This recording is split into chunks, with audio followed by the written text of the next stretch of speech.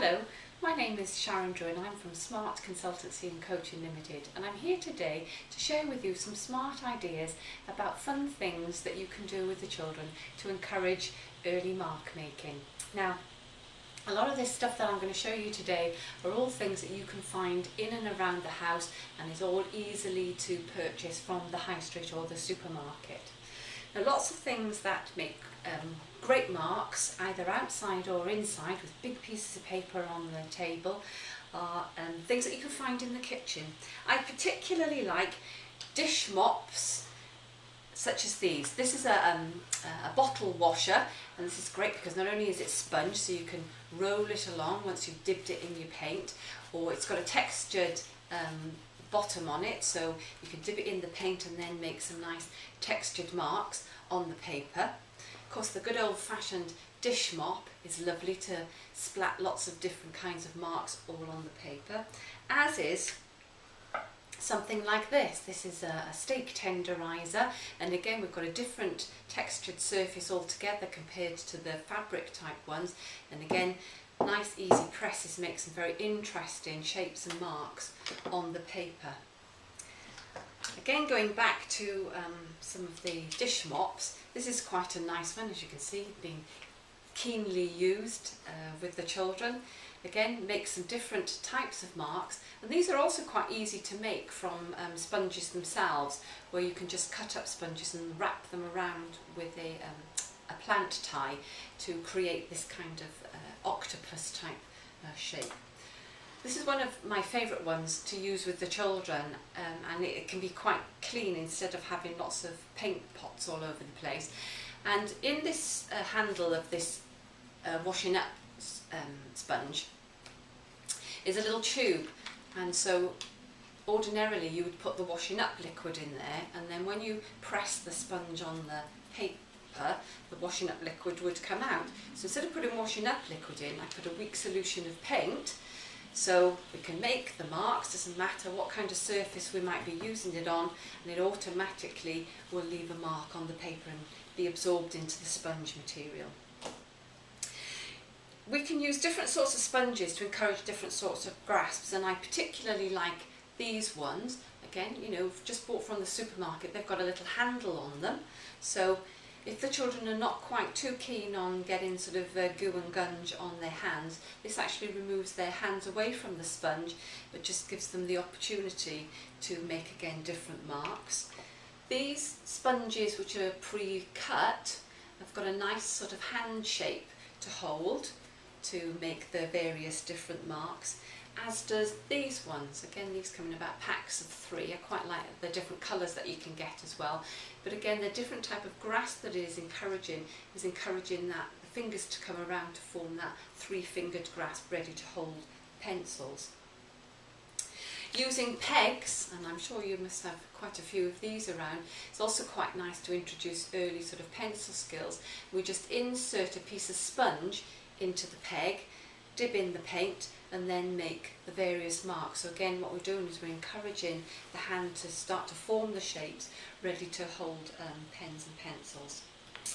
Another activity which the children are quite fond of, and it's also quite a nice game to play in the summer as well, is using gravy basters such as this.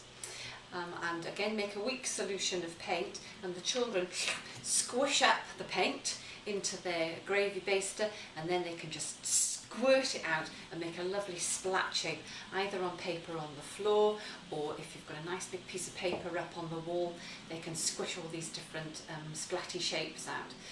In the summer, if you don't want to play with paint, just have big buckets of water all around the garden and have some great water fights, just squishing and squashing using your gravy basters.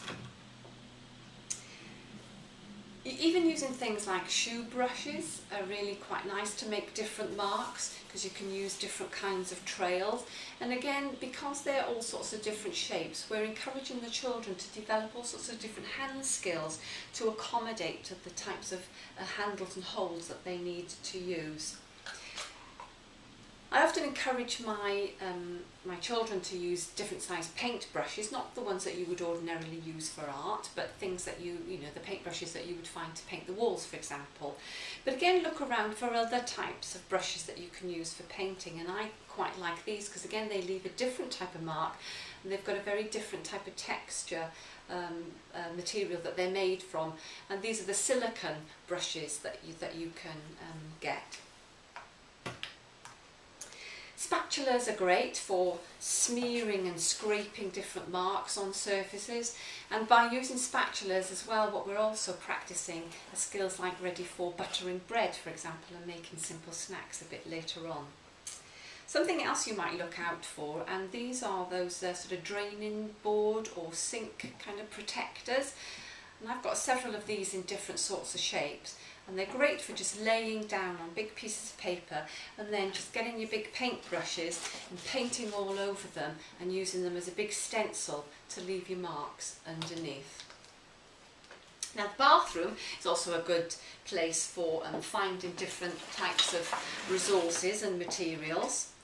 So for example, the massagers that you can get. This is an octopus one, so maybe if you're doing a theme sort of under the sea, for example, this is good. Again, dip in your paint, but again we'll leave a different type of mark. But again, look at the handle that is used and the type of grasp that is encouraging when the children are making the various marks on the paper. Loofahs and back scratchers also make for great marks. This one I've picked up is a heart shape, so again we can make a different type of impression on the paper, and on the back it's got some bobbles, so it's very textured, so again we can make a different type of mark. Again, as I say, you don't necessarily need your paper to be on the flat surface. If you use the paper up on a vertical surface, it's very good to encourage the development in the muscles that support the wrist, the elbow and the shoulder joint. One of the games that my children like to play particularly is fly swatters, and this is a good game, and I would suggest you do this outside and be prepared for quite a lot of mess.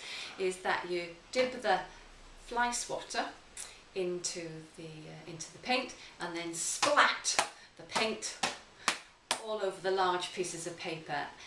The paper gets covered with paint and so do the children, so and be prepared to put them in the bath afterwards, but it is quite a good game to play. Even just using some of the recycled materials that you can find in and around your house are really good for making marks, and also encourage a really nice grip as well are bottle tops, and these ones are of fabric softeners. They make some really nice marks, and again look at the shape and the requirement of the hand to accommodate to the shape on the top, again encouraging that sort of tripod grasp coming down for holding and using the pencils. Well, there are a couple of ideas that I've shared with you today, and as you've seen, it's all fairly low cost, no cost resources that you can find in and around the house or buy cheaply off the high street. If you'd like some more ideas about some of the activities and games that you can play with children, then visit our website, which is smartcc.co.uk.